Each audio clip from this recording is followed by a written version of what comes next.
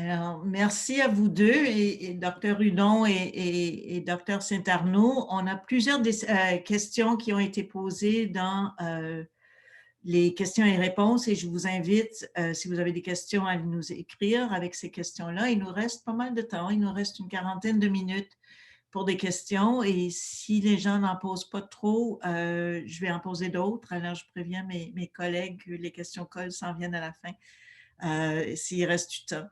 Alors, je vais alterner. Il y a une question, premièrement, qui vient pour la docteure Saint-Arnaud, qui vient de Maxine Vissotti. Excuse-moi, c'est mon étudiante en plus. Excuse-moi, Maxine. Vissotti Charlebois, et qui, d'une part, elle a posé une première question qui était partiellement résolue, qui portait sur la question de savoir si ce que Dr. Saint-Arnaud a proposé puisse s'appliquer pour des lésions physiques et non pas juste pour les lésions psychologiques. Et Dr. Saint-Arnaud a répondu que oui, mais j'aimerais l'inviter d'une part à élaborer un petit peu sur sa réponse, parce que verbalement, c'est une possibilité. Et en même temps, la question complémentaire qui a été posée, c'est est-ce que on aimerait savoir comment votre rapport a été reçu dans le milieu patronal. Alors ça, c'est une première question pour Louise Saint-Arnaud.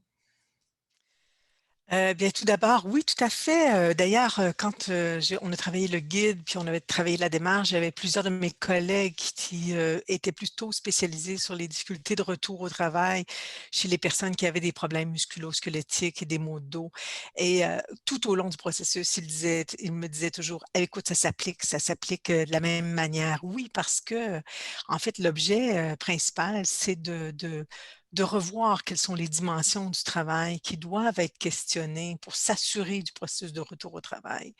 Et donc, ces dimensions-là, évidemment, ils peuvent être tout à fait présentes pour les gens qui présentent des situations reliées à un trouble musculo-squelettique, d'autant plus s'ils ont fait partie des éléments qui ont conduit à l'arrêt de travail. Et dans certains cas, on a des travailleurs qui ont des problématiques de santé psychologiques qui se sont retirés, mais qui n'ont pas nécessairement euh, euh, fait une demande d'indemnisation à la CNESST, et pour lequel le processus de retour au travail, le processus d'arrêt a aussi engagé des douleurs musculaires, des problèmes de santé physique, à la fois aussi avec des problèmes de santé psychologique qui ne se sentaient pas capables de faire de demande d'indemnisation, mais pour lequel le processus de retour va nécessairement devoir questionner, ils reviennent où? Ils vont faire quoi? Ils voient ça comment? Et c'est à partir de ce travail-là qu'on est capable de bouger sur les dimensions qui sont à questionner et à revoir. D'une part, est-ce que vous m'entendez bien, Catherine? Est-ce que oui, c'est correct, ça coupe pas? J'ai fermé ma caméra des fois lorsqu'il y a OK. des difficultés, je ferme ma caméra. Et allez-y. Et puis l'autre, à savoir comment c'est reçu par les organisations. En fait, bon, différentes organisations l'ont implanté, beaucoup l'ont utilisé, beaucoup m'en parlent. Je dirais que plusieurs organisations avaient développé pendant plusieurs années des approches plutôt coercitives de réduction des durées d'absence, où est-ce qu'on a opéré toutes sortes de démarches visant à ramener les travailleurs le plus vite possible sans nécessairement prendre en compte dans quelles conditions, et qui se sont retrouvés 5, 6 ans, 8 ans après, avec des durées d'absence toujours, des taux d'absentéisme toujours aussi importants, puis des rechutes importantes, et qui, certains se sont vraiment pris en main et ont adopté une pratique comme celle-là, et qui m'ont signifié en fait que c'est particulièrement intéressant. Par contre, moi, je sais aussi que certaines organisations l'ont mis en place, l'ont adapté. Et je dirais que l'enjeu majeur, c'est d'être capable vraiment d'éclairer les pratiques contradictoires. Si on a quelques minutes plus tard, là, je reviendrai sur un commentaire que j'ai à faire sur les enjeux contradictoires. Mais je vais plutôt laisser un peu de la place aux questions. Puis Catherine, là, si on a du temps, je vous raconterai une petite histoire à ce sujet-là. C'est noté. Alors, j'ai un couple de questions pour Anne, et là, je vais revenir à des questions qui étaient destinées aussi à Louise. Alors, une première question d'Anne-Marie Grondin pour Anne Hudon. Donc, en Ontario, quoi qu'on prévoit la prise en charge par les médecins, chiro, physio et infirmières autorisés. Ce n'est pas le cas pour les professionnels de la santé mentale, tels les psychologues. Est-ce que c'est bien cela? Oui, exactement, c'est ça. Puis c'est intéressant parce que, bon, j'aurais pu présenter un petit peu là-dessus aujourd'hui, là, mais je peux dire rapidement que c'était quelque chose qui était discuté malgré que je m'intéressais aux problèmes musculo-squelettiques d'abord. Quand j'ai parlé aux informateurs clés et formatrices clés, plusieurs ont mentionné l'accès à des soins de santé mentale qui n'étaient pas évidents, qui étaient difficiles, puis qui auraient apprécié avoir un accès plus rapide. Donc, non, effectivement, les professionnels de première ligne qui peuvent signer, c'est restreint aux professionnels que vous avez mentionnés dans votre question. Puis dans les cas de juridiction non plus, ils n'ont pas élargi. Par ailleurs, peut-être un fait intéressant, là, dans l'État de Washington, les médecins et les infirmières doivent référer, par exemple, en santé physique, en réadaptation, et référer aussi en santé mentale. Puis un des projets de loi sur lesquels Washington travaille là, actuellement, c'est qu'avant, pour la référence en santé mentale, ça devait être à des professionnels qui avaient un doctorat.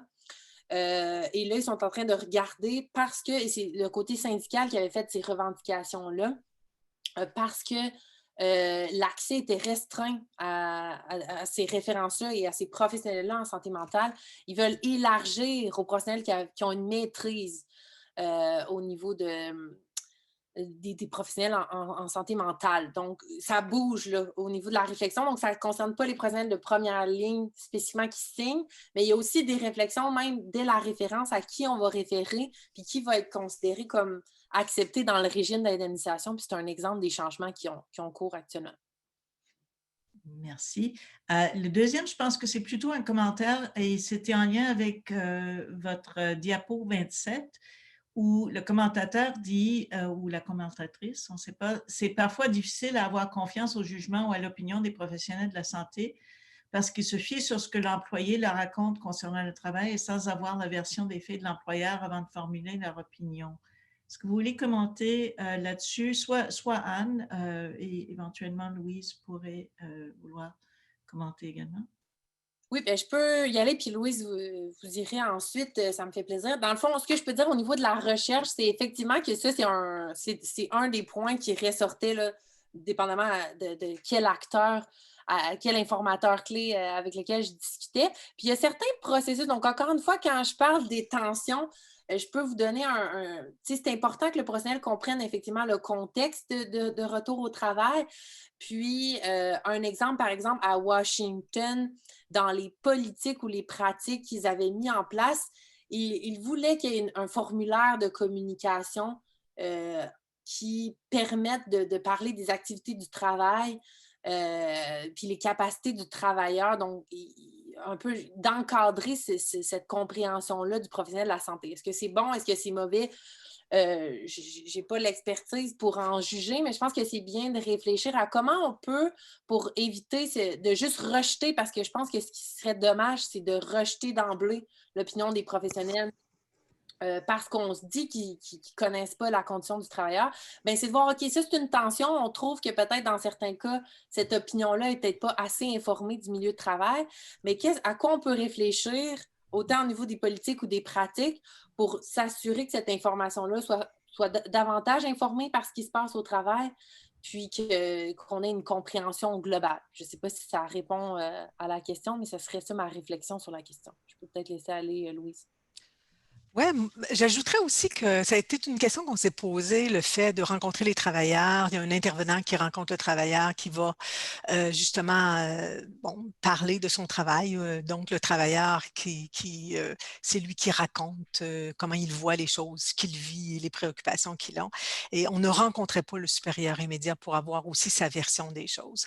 En fait, on a discuté beaucoup de ces points-là. Et le principe, c'est de partir de la vision qu'a le travailleur, de l'interprétation qu'il se fait de cette réalité-là et de partir de ça pour s'appuyer dans quelles sont les visions, quels sont les éléments de soutien et de changement et d'amélioration qu'on peut faire à partir du vécu et de la vision qu'a le travailleur de ce qu'il vit.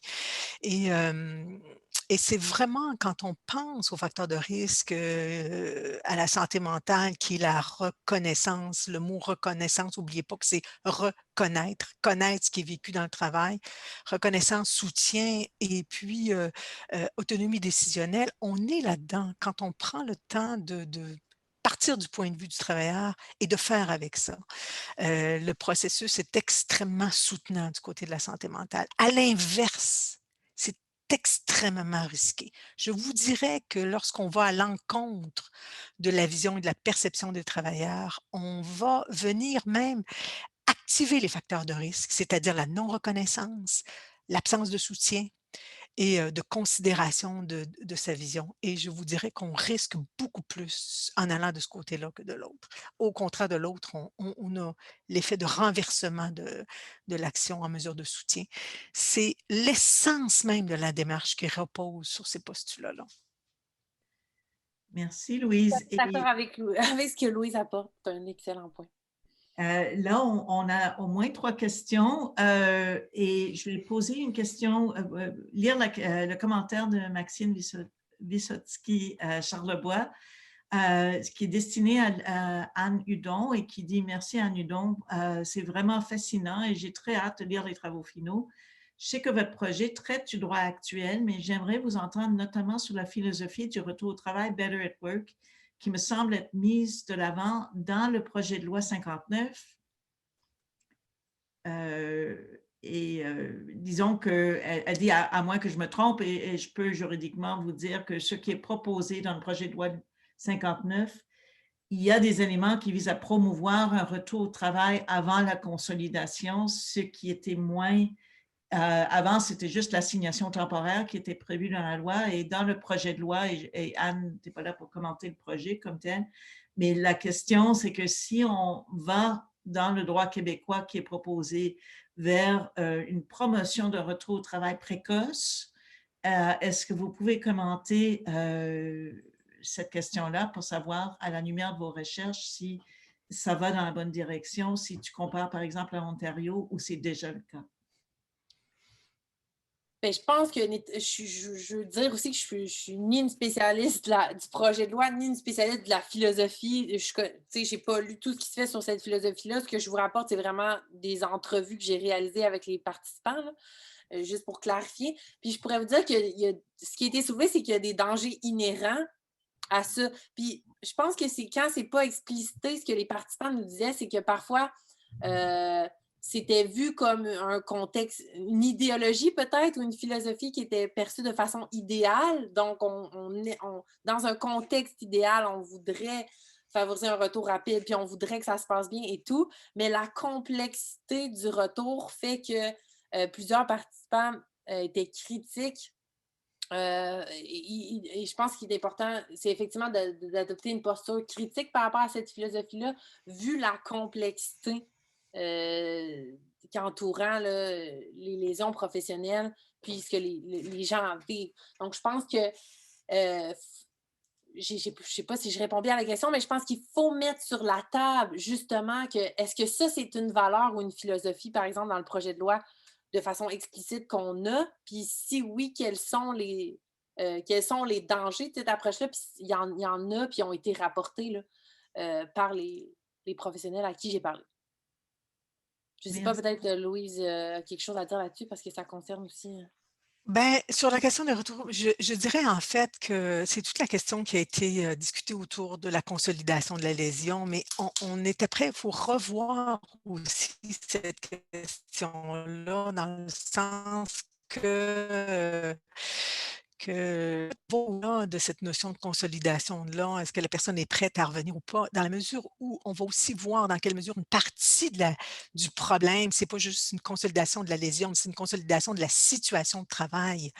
Et on est porté à traiter ça de façon très indépendante, à savoir d'un côté, la personne est-elle en santé ou suffisamment capable de fonctionner sans prendre en compte. Ce qui est précoce, c'est un retour dans une situation où est-ce qu'on n'a pas été capable de transformer ce qui posait problème. Et oui, ça, dans ce sens-là, c'est précoce. Mais on a porté uniquement notre action, regard sur le biomédical, à savoir est-ce qu'elle est... et souvent, c'est des évaluations qui sont faites par des praticiens de la santé pour voir est-ce que la personne est prête ou pas à revenir au travail. Mais être prêt à revenir, c'est est-ce que le milieu est prêt pour accueillir cette personne-là? Et je pense que tant qu'on n'aura pas réfléchi comme ça, la question du retour précoce là, va mal être traitée.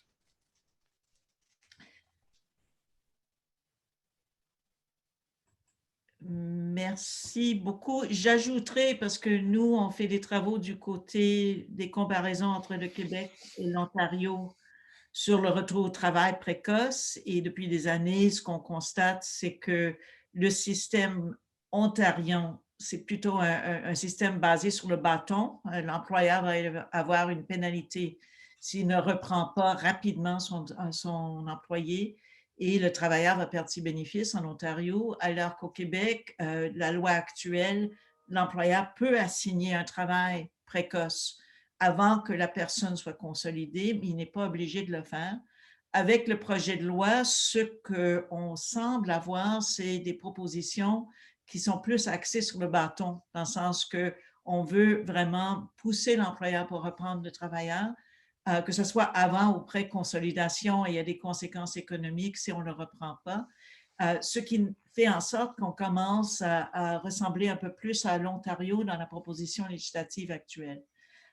Et bon, les bâtons, il y a du pour et du contre par rapport à l'utilisation des bâtons pour changer le comportement des employeurs et des travailleurs.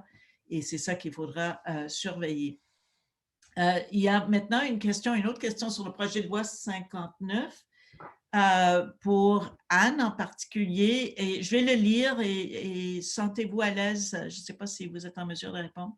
Ça vient de Serge Beaulieu, qui est à la FTQ et qui nous dit, question pour Mme Hudon, au Québec, nous sommes à évaluer le projet de loi 59 qui propose une réforme de la LATMP. On constate une volonté de réduire les coûts de la réadaptation. On veut même éliminer la réadaptation physique pour produire un règlement qui va prévoir ce qui est remboursable par la SNEST et de réduire la portée et la prépondérance de l'avis du médecin traitant sous certaines conditions. Avez-vous une opinion sur cette question? Il me semble que cela va à l'encontre de vos résultats préliminaires. Bon, alors c'est une question vraiment importante et intéressante. Je peux vous dire que les gens à qui j'ai parlé au Québec, c'est sûr que s'inquiètent de façon importante du côté des travailleurs. Là, quand je parle des participants qui étaient représentants des travailleurs ou même des professionnels de la santé, s'inquiètent de réduire cette portée-là de la prépondérance de la vie du médecin traitant, vu un peu ce dont j'ai discuté. Quand il y a plusieurs professionnels qui sont impliqués, est-ce qu'on dilue un peu l'opinion ou la valeur de l'opinion professionnelle? Puis est-ce qu'au niveau, par exemple, de contestation future, quand ça se rend au tribunal, il peut avoir un impact? Il y a des gens en Ontario qui disaient que, comme je vous expliquais, ce n'était pas uniquement des gens au Québec, mais il y avait un exemple concret en Ontario d'un participant qui disait ben ça va nuire aux travailleurs, là, que ça peut nuire que ça soit un physiothérapeute ou un chiro, par exemple, qui signe ou qui a été le professionnel traitant d'emblée. Donc, ça, c'est des éléments que les gens m'ont rapportés. Puis, je peux dire,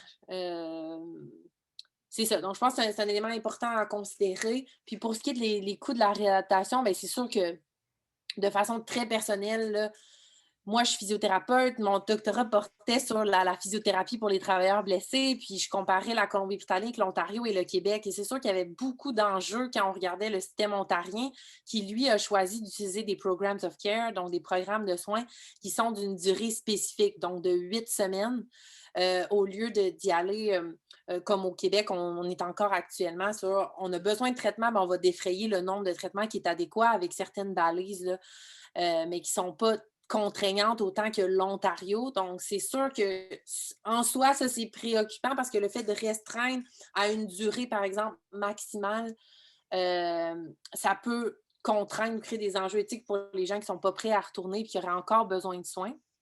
Donc, il faut réfléchir à ces enjeux-là. Puis, c'est ça. Il y a des enjeux éthiques à vouloir restreindre ce qui est offert. Par exemple, il y a toujours des considérations quand je pense aux participants qui étaient plutôt du côté justement des employeurs, patronat, des commissions d'organisation, tout l'aspect, le discours relié au coût. C'est sûr que c'est à tenir en compte. Puis je pense qu'ils ne veulent pas.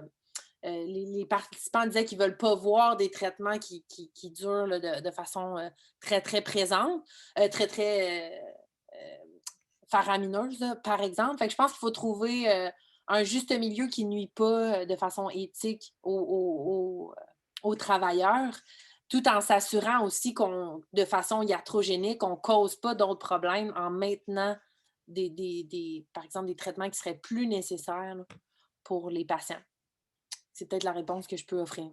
Merci. Et je confirme effectivement ce qui est sous-entendu dans la question. Ce qu'on propose dans le projet de loi, c'est que le médecin traitant ne pourra plus prescrire les soins qu'il veut nécessairement parce qu'il va avoir une contrainte prévue dans un règlement qu'on n'a pas vu encore pour savoir les limites. Alors, techniquement, ça pourrait être une limite, comme vous évoquez, de 8 semaines, puis après ça, c'est fini, ou 8 traitements. Mais on ne sait pas ce qui sera dans le règlement qui n'est pas adopté, mais ce qui est suggéré, c'est que le médecin traitant perd le contrôle là-dessus, et pas juste le médecin traitant, mais le tribunal d'appel aussi, dans le sens que le tribunal d'appel sera également assujetti au règlement. Donc, la liberté de prescrire les traitements que le médecin traitant estime requis sera, si la loi est adoptée telle qu'elle, limitée. Je peux t'interrompre un instant? Oui. Juste pour dire, parce qu'il y a quelqu'un qui a ramené le point qu'en Ontario, là, les physiothérapeutes peuvent demander une extension. C'est pas 8 traitements, c'est 8 semaines quand même. Là. Donc, juste pour préciser, et oui, ils peuvent demander une prolongation, mais ce qu'on a vu aussi, c'est que c'est difficile parfois que cette prolongation-là soit accordée. Donc, ça amène d'autres enjeux. Ce n'est pas toujours accepté, puis dans les conditions spécifiques. Donc, je pense qu'il faut balancer. Puis c'est sûr que c'est à prendre en considération, mais le point de vue là, qu'il va falloir mettre en lumière, c'est vraiment, on ne veut pas nuire aux travailleurs, mais on ne veut pas non plus que ce soit de façon indéfinie, peut-être, si jamais, ou de restreindre les excès, peut-être. Bon. D'accord. La prochaine question provient de Jean-Paul Dautel et c'est destiné à Louis Saint-Arnaud et possiblement à Nudon également. Avez-vous constaté dans les pratiques du retour au travail une différence de traitement entre les différentes catégories de travailleurs, ceux au bas de l'échelle et ceux en haut de l'échelle, et notamment sur l'existence d'une relation de confiance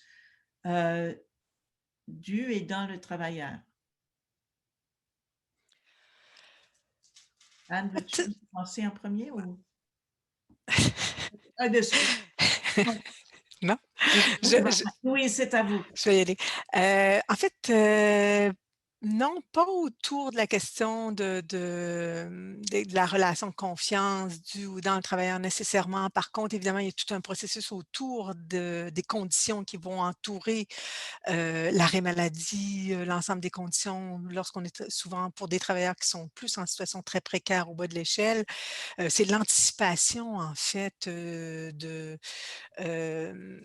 des modalités qui entourent tout le processus et le temps du rétablissement qui sont très différentes et qui vont faire en sorte que ce qu'on voit, ce que j'ai observé comme différence, c'est que dans certaines catégories de travailleurs, ils attendent beaucoup trop longtemps avant de se retirer parce qu'ils savent que les conditions ne sont pas présentes pour soutenir tout le processus de rétablissement et de retour au travail, de sorte que lorsqu'ils vont être en arrêt de travail, des fois, ils ont dépassé les limites et tout le processus là, va se jouer, de rétablissement va se jouer parce qu'ils ont vraiment traversé la ligne et été beaucoup trop loin avant de devoir s'arrêter. Donc ça, c'est un effet vraiment important qu'on a rencontré. Par ailleurs, la capacité d'avoir des différences au niveau notamment là, de l'existence d'une relation de confiance, ça va dépendre des équipes, ça va dépendre de la capacité de rendre visible les dimensions du travail. Dans certaines circonstances, c'est pas le fait d'être en bas ou en haut de l'échelle, la capacité de nommer ou de rendre intelligible là, ce qui a été vécu, ce qui est présent. Dans certains cas, les collègues de travail vont aussi cautionner ou voir les éléments difficiles dans le travail. Ça va être partagé et collectivement compris, alors que dans d'autres, même si on est dans le haut de l'échelle, c'est possible que ce soit plus difficile à voir, notamment dans le haut de l'échelle, dans les métiers professionnels où la surcharge de travail est une pratique de travail. C'est-à-dire être surchargé, c'est associé à une identité de métier. Tu es bon quand tu es débordé. Quand tu es pas débordé, tu es pas bon. Donc, on comprend que quand on s'en va en épuisement professionnel, on va se retrouver pas mal tout seul avec ça. Je vous dirais que parmi l'ensemble des études, même une des catégories de praticiens que ça a été extrêmement difficile pour eux, le retour au travail, c'est notamment les médecins qui se retrouvent à pas avoir. Un médecin doit travailler malade. Ça fait partie de la culture d'entreprise. On a beaucoup de cultures d'entreprise qui vont venir nuire à tous les processus là, de compréhension du rétablissement en santé psychologique. On a du travail à faire à ce niveau-là. Anne, je ne sais pas si vous voulez répondre à ça. Moi, en attendant, moi, je peux vous dire un élément qui ne relève pas de la réponse de Louise comme telle, mais qui est au niveau juridique important à réaliser. C'est que lorsque vous êtes vraiment au bas de l'échelle, vous n'avez pas d'assurance collective, C'est ça. qui fait en sorte que vous ne pouvez pas vous permettre de vous absenter parce que vous n'allez pas avoir de salaire. Et ça vous sera. L'effet de ça, c'est entre autres qu'il n'y aura pas d'études sur vous parce que vous n'existez pas dans un système, que ce soit un système assurantiel ou que ce soit au niveau de la SNES. Et ça, c'est un vrai problème. Un pourcentage très important des travailleurs sur appel à temps partiel sont non syndiqués, n'ont pas d'assurance collective et donc n'ont pas de soutien économique s'ils se retirent, qui fait en sorte qu'ils ne se retirent pas avant d'être très, très malades. Oui.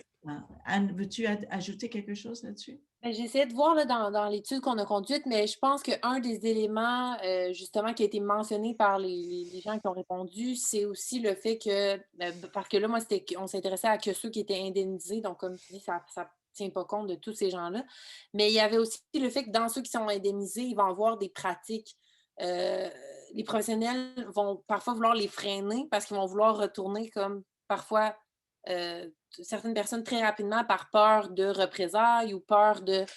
Bon, fait que ceux qui ont moins peut-être de contrôle sur certains aspects où ils sentent qu'ils sont plus à risque dans leur travail, les professionnels vont avoir à gérer avec le fait qu'ils vont vouloir revenir rapidement puis peut-être se mettre en danger dans certaines situations.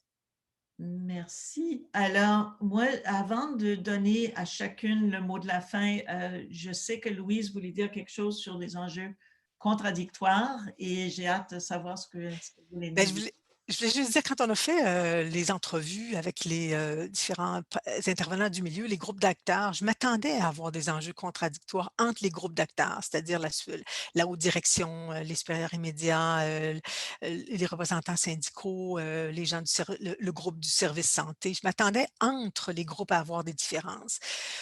On a remarqué qu'il y avait, oui, effectivement, c'était présent, mais il y avait aussi entre les mêmes acteurs à l'intérieur, donc les praticiens comme tels, les supérieurs immédiats, il y en avait qui avaient des visions, d'autres qui avaient des visions totalement opposées. Mais ce qui m'a vraiment le plus surpris, c'est de découvrir des enjeux contradictoires chez les mêmes personnes. On a beaucoup de pratiques où est-ce que les travailleurs eux-mêmes, le supérieur, le service santé font à la fois mènent des enjeux contradictoires. Ils font un et ils font l'autre. Ce que fait la main droite est totalement différent de ce que fait la main gauche et court dans nos milieux de travail des pratiques d'un côté et de l'autre. C'est très clivé comme processus. Et c'est là que ça devient difficile à voir. C'est pas seulement entre des tensions de discours entre les acteurs, mais souvent, c'est les mêmes intervenants. Ils font une chose et ils font le contraire. Et pourquoi ils le font? Parce que ça n'a jamais été arbitré. Et je pense que les milieux de travail ont tendance à laisser courir des pratiques contradictoires parce que c'est extrêmement difficile de gérer ces conflits-là, puis de trouver la solution, puis de l'arbitrer. Ça demande beaucoup d'efforts. Et ces efforts-là, c'est généralement pas fait. Donc, les pratiques contradictoires, elles sont présentes chez les mêmes acteurs qui ont à faire une chose une journée et son contraire le lendemain. C'est important à penser. Et fort intéressant aussi, c'est un grand défi pour des politiques publiques déjà que de gérer les conflits entre différents groupes d'acteurs, mais entre les mêmes personnes, on est tous un peu dans la même situation. Alors, je ne vois pas d'autres questions ni de commentaires. Je vais demander premièrement à Anne et ensuite à Louise pour un mot de la fin. À moins que... je vais peut-être poser, si vous me permettez, il reste un couple de minutes. Moi, j'avais une question pour Anne. Et parce qu'au niveau du choix du professionnel de la santé, vous avez évoqué ça dans votre présentation, que c'est important d'avoir le choix du professionnel. Pouvez-vous expliquer un peu plus pourquoi? Parce que c'est un des enjeux. Théoriquement, ça pourrait être remis en question dans le contexte de la réforme actuelle.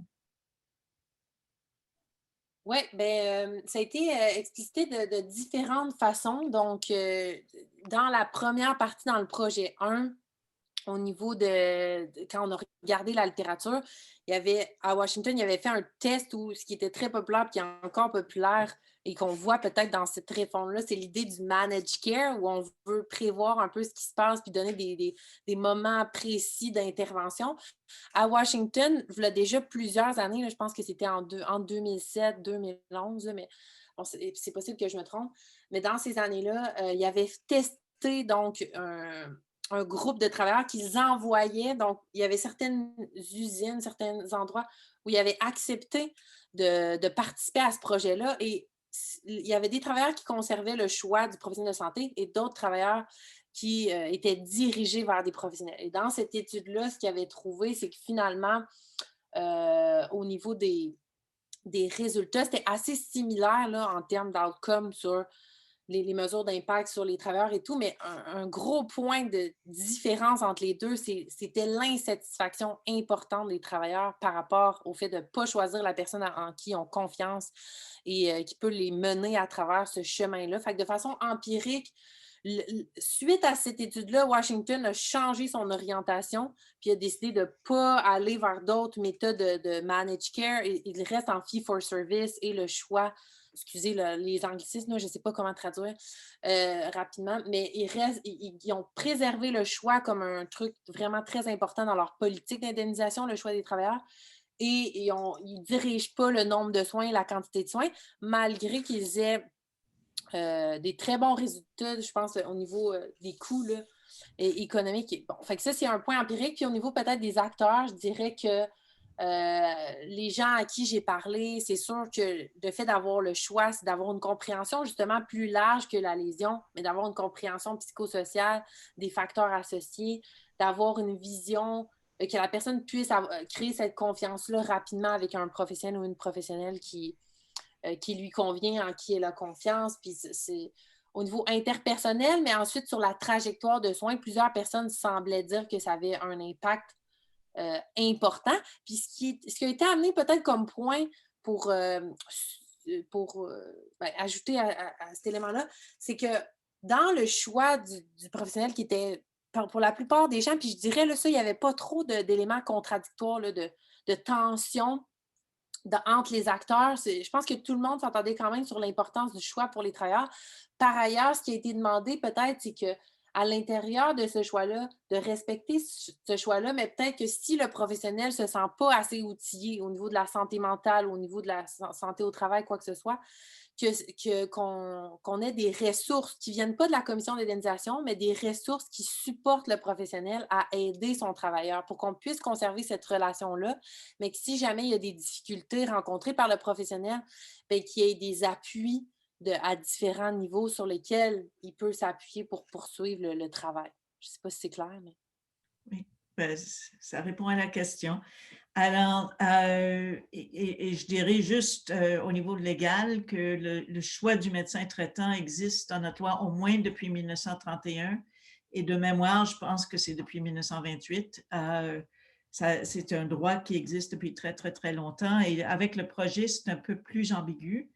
Je pense, je vais juste vérifier qu'il n'y a pas d'autres questions et je vais passer parce que j'ai une main. Un instant, moi, je suis tellement pas... Disons que si vous avez des questions, n'hésitez pas à les poser dans les questions et réponses parce que moi, une main levée, je ne sais pas quoi faire avec ça. Et en attendant de démêler mon incompétence Zoom, je vais passer la parole à Louise pour un mot de la fin du côté de sa présentation et de ses prochains projets et dans un contexte COVID, évidemment, aussi.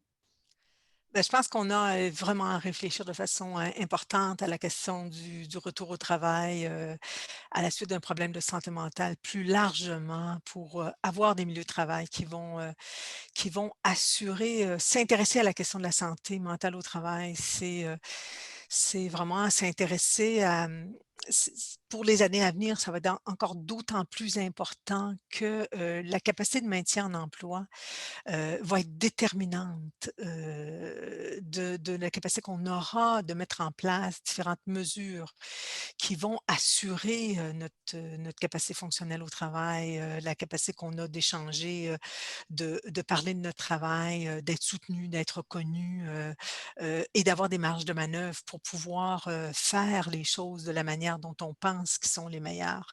Et c'est essentiel pour les prochaines années. Je pense qu'il va falloir vraiment s'attaquer à cette question-là, du retour au travail en santé mentale. Comme on a fait en santé physique, mais on a un peu, c'est vraiment la santé mentale est vraiment le parent pauvre là, de la question des processus de soutien au retour au travail. J'ai une main levée de Esther Gagnon. Je sais que Michael Cité, qui est notre technicien, est là. Je ne sais pas si vous pouvez faire quelque chose avec ça, parce que je pense qu'on n'a pas de son pour Esther Gagnon. Et pour exactement. Alors, Esther, si vous pouvez, s'il vous plaît, utiliser l'onglet questions-réponses. Merci bien. Et pendant que Esther peut-être va écrire quelque chose, Anne, est-ce que vous voulez un mot de la fin? Tu es en mute, Anne. Oui, merci. Ben, en fait, je voulais dire, j'ai trouvé ça super intéressant d'entendre Louis sur ces enjeux-là. Fait que merci. Puis je pense qu'il y a beaucoup de choses aussi qu'on a à apprendre au niveau des lésions musculo-squelettiques, mais qui doivent se relier à ce que vous avez présenté au niveau de la santé mentale. Puis je pense que ce que vous avez amené comme point au niveau de transférer au niveau organisationnel ou d'avoir une vision organisationnelle d'un problème qu'on voit souvent de façon individuelle, puis d'aller voir au sein de l'organisation comment on fait pour changer les choses, pour soutenir nos individus. Mais je pense que c'est un peu une vision qui est importante à garder en tête pour le travail des professionnels de la santé. Donc, les professionnels ont souvent leurs patients dans leur bureau avec eux. Ils ont une vision qui est importante, là, qui est individualisée avec leurs patients. Mais c'est important aussi de vraiment, encore une fois, puis on va penser à la réforme de la loi et tout ça, de voir au niveau des politiques ce qu'on va imposer aux professionnels ou les cadres qu'on va imposer aux professionnels de façon générale, comment ils influencent une multitude de trajectoires de soins de travailleurs, puis comment on fait pour réconcilier, puis peut-être d'avoir une vision qui est à multiniveau, là, oui, dans la pratique clinique, mais comment le travail des professionnels est influencé par les politiques, puis comment les professionnels peuvent reconnaître ça, puis essayer de faire mieux là, avec les contraintes ou les éléments qui sont imposés pour mieux servir les travailleurs puis les aider dans leur retour au travail. Merci beaucoup et merci beaucoup à vous deux et à toutes les personnes qui ont participé. Et bon, un jour, on va pouvoir se voir en personne, mais Zoom, quand même, ça nous permet de nous réunir. Compte tenu du contexte québécois avec la réforme qui est en cours, je pense que les deux présentations nous montrent jusqu'à quel point l'importance d'agir avec soin dans nos politiques publiques est un enjeu pour la société et pour la santé collective des travailleurs, mais aussi des entreprises et de la gestion des entreprises. Si on peut avoir des outils qui permettent de gérer d'une manière plus saine, je pense que tout le monde va se porter mieux. On continue notre série de webinaires. Le prochain va être, on n'a pas encore de date fixée et ça va être en anglais, mais on va, si vous êtes inscrite aujourd'hui ou inscrit aujourd'hui, on va pouvoir vous contacter pour vous donner les informations. Et n'hésitez pas à nous relancer si vous, de votre côté, vous avez des idées, des questions ou des intérêts pour participer à des études au sein de, avec une ou l'autre des différentes personnes. Et là, je suis en train de lire les commentaires en même temps. Alors, merci à tous et à toutes pour vos commentaires et n'hésitez pas à nous relancer si vous avez des idées de projet ou des idées pour partager votre savoir parce qu'il y a beaucoup de gens des minutes pratiques qui sont avec nous aujourd'hui. Alors, et surtout, merci aux conférencières et merci d'avoir pris votre temps pour préparer ceci, partager vos recherches et merci aux participants d'être participants. Alors, bonne journée à tous et tempête de neige un peu partout, je pense. Alors, on va faire attention dans nos déplacements autorisés pour les fins de travail. C'est le temps de retourner ou d'aller à nos endroits particuliers. Je sais que Louise doit prendre la route et moi aussi. Alors, Merci Catherine. Merci tout le monde pour vos questions et d'avoir été présent en virtuel. C'est vraiment très bien. Merci. Merci Anne. Merci beaucoup, c'est super. merci, au revoir.